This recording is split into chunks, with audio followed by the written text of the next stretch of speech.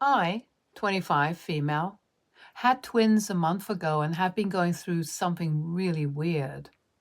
My sister-in-law, 28, female, is a divorced woman and has been living with her mother ever since she left her husband, which was almost a year ago. I used to look up to her as someone really sure of themselves and what they wanted because of the reason that she'd left her husband. They'd been married for 2 years and had been together for almost 4, but somehow had never really gotten around to talking about kids. 1 year into the marriage, my sister-in-law told her husband that she wanted a baby, but he said that kids were never in the picture for him and he wasn't planning on changing his mind anytime soon. After 1 year of trying to convince him, she finally realized that he wasn't ever going to come around, and so she left. My husband told me this story while we were dating, and I thought it was amazing how she wasn't afraid of leaving her husband when she realized that they weren't on the same page about something so important to her.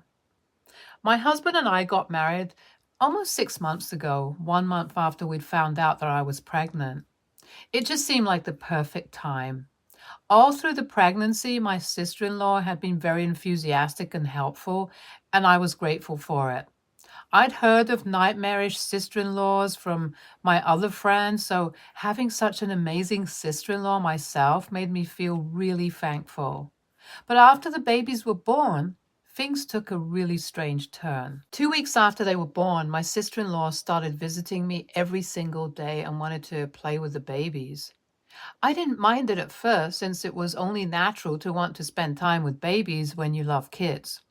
And after all, she'd been really helpful during my pregnancy and had constantly been running errands for me. So this was the least that I could do for her, and it sometimes gave me a break from looking after the twins as well.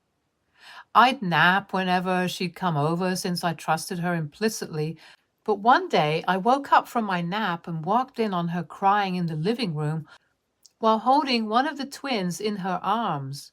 She wiped her tears as soon as she saw me, and I didn't think much of it and chalked it up to sadness from not having her own child yet. I knew she loved kids, and it must be hurtful for her to visit me every day just so that she can spend some time with my babies.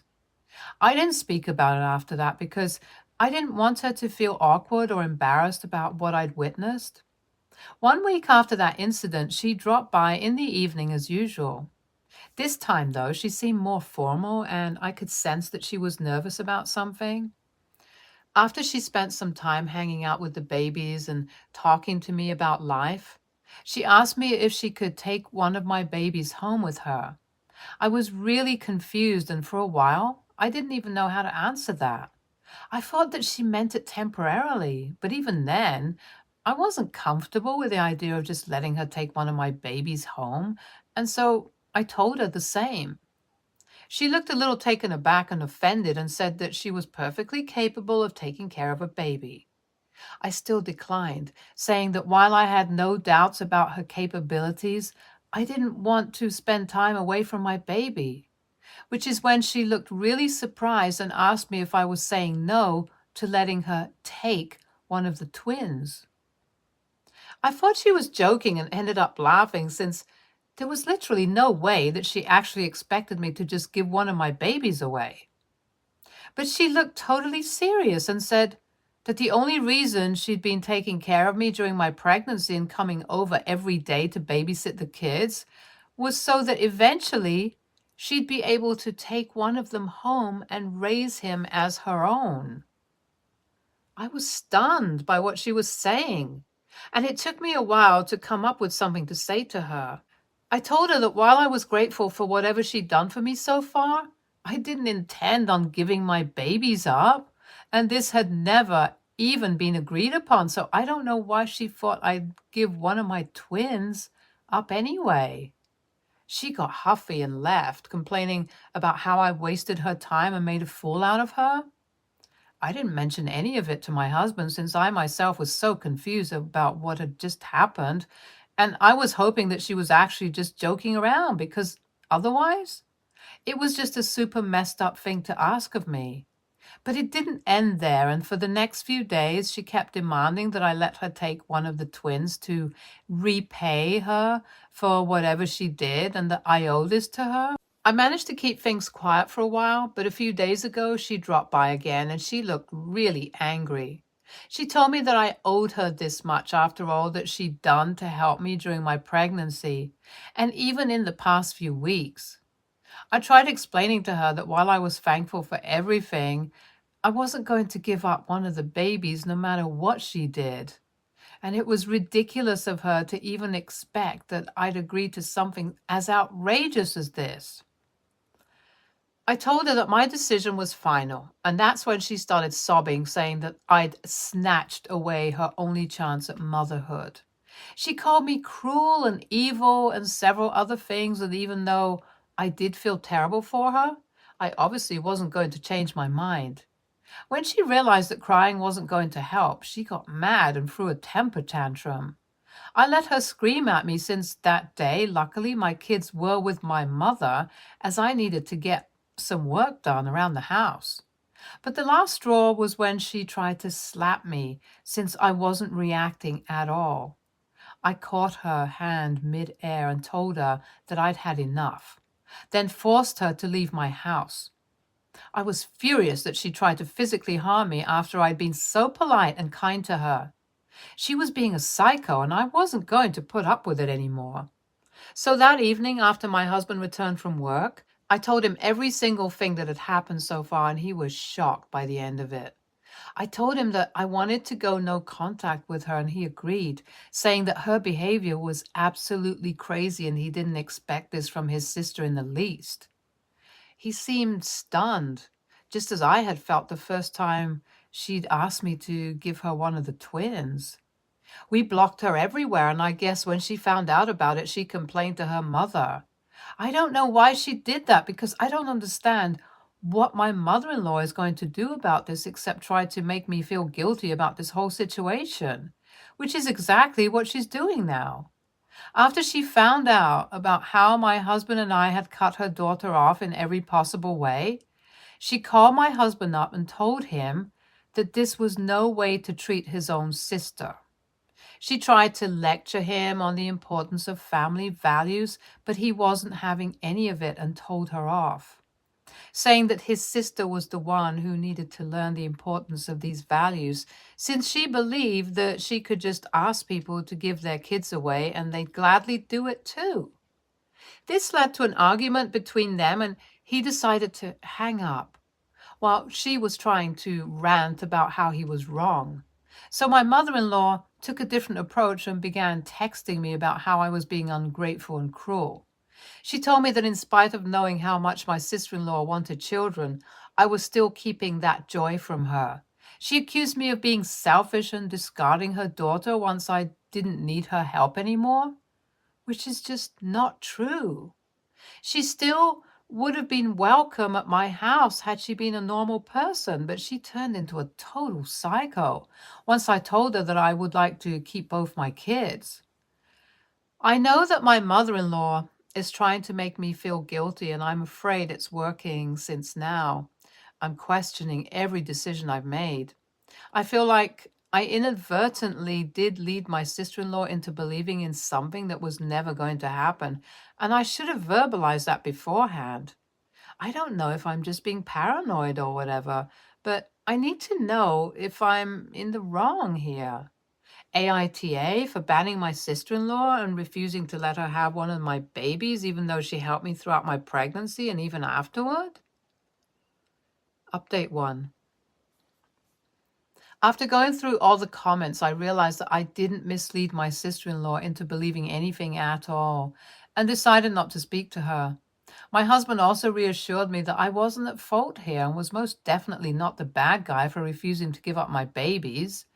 Now that I think of it, I can hardly even believe that my sister-in-law and mother-in-law were almost successful in gaslighting me into believing that I was somehow the one to blame for how this whole situation had turned out. I felt really awful about whatever had been happening for the past few days and had been quite visibly down in the dumps. And to add to that, My mother-in-law constantly kept texting me to remind me of how evil and selfish I supposedly was. That obviously didn't help, and I could hardly even think about anything else other than my sister-in-law and how miserable she must have felt when I said no to her ask. That was up until yesterday, though. Since after that, my husband spoke to me about how I'd been feeling and told me that while it was okay to feel bad about what had happened, I most certainly shouldn't blame myself for something as crazy as this. He also told me to block his mother as well, since it was very obvious that she was trying to emotionally manipulate me into feeling bad, and that wasn't good for me, especially with my postpartum hormones. He also took me out to dinner and told me that he'd been working from home for the next couple of days so that he could spend more time with me and the babies. That did cheer me up because while I do love my babies to the moon and back, there's still a lot of work, and even though my mother does come by to help, it still does take a toll on me. So it'll certainly be nice to have my husband at home with me. He also told me that I don't have to bottle up my feelings when it comes to his family and should tell him right away if his mother or sister try to attack me again, and he'll deal with it. He's being really protective of me, and honestly, I'm very happy about it. Update 2. So my sister-in-law and mother-in-law decided to visit us a few hours ago. It's been almost 3 days since the last update, and since we cut them off, we'd assumed that they dropped the whole baby thing, but I guess not. My mother-in-law seemed very pissed off that we'd blocked her as well and barged into the house even though I told her that I didn't want them here anymore, so they needed to leave.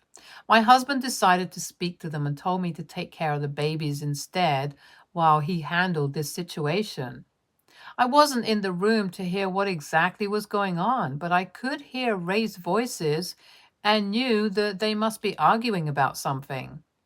After some time, I heard a loud crash, and that's what set all the alarms off in my head. Thankfully, the babies hadn't woken up yet, so I rushed to check out what exactly happened in the living room. To my shock, I discovered that a big glass flower vase that we kept for display had been smashed to bits on the floor, while my husband stood in the corner, dumbstruck.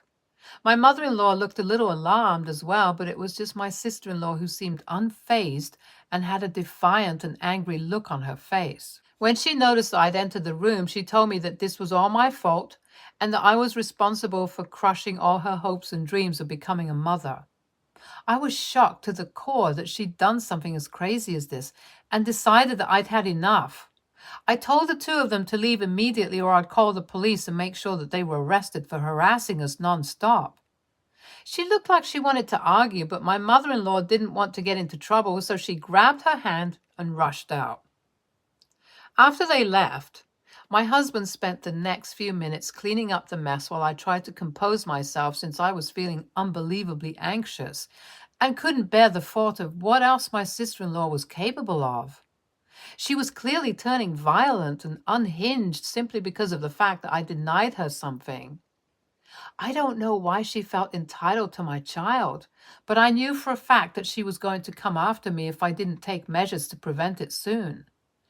Even my husband said that while they'd been arguing about what had happened, she'd seemed crazed and psychotic. It was his mother who'd been yelling at him for taking my side over his sister's and depriving her of a child. My sister-in-law had just been sitting on the couch quietly. But when he said that we didn't owe her anything, she snapped and smashed the vase. I don't even know where she got the strength to lift that thing because it's pretty heavy. Right now, we're terrified of what she might do next, truth be told. Update 3. So my sister-in-law decided to make a post on Facebook talking about how I'd wronged her and made her run like a fool while I was pregnant, only to go back on my words after the babies were born and refuse to give one of the twins to her. I found out from one of our relatives, and I was shocked that she decided to go public with this allegation since literally not one word of it is true. I'd never promised her anything at all, and my husband and I decided to make it clear by posting on our accounts as well. And here's where it gets interesting. My sister-in-law's ex-husband somehow found the post that my husband had made and told us something about her that made us realize exactly how crazy she was.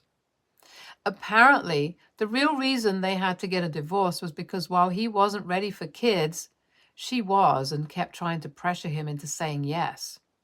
When he refused, she threatened to cheat on him, which was the last straw for him.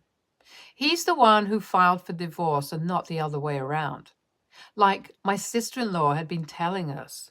He told me that she'd scream and act hysterical any time they would argue about having children, which just reinforced his belief that a woman like her shouldn't be a mother at all because she had absolutely zero control over her own temper.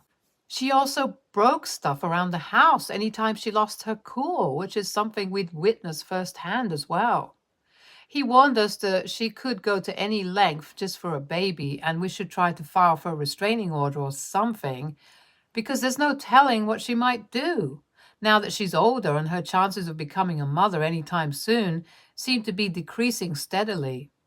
We thanked him for telling us about his side of the story, and it was definitely eye-opening for us to learn what kind of person my sister-in-law actually was. All this while, I've been feeling bad for her since she couldn't find someone decent to settle down with, but now I realize that it's her own fault. She's the one who needs intensive therapy to deal with whatever anger issues she has.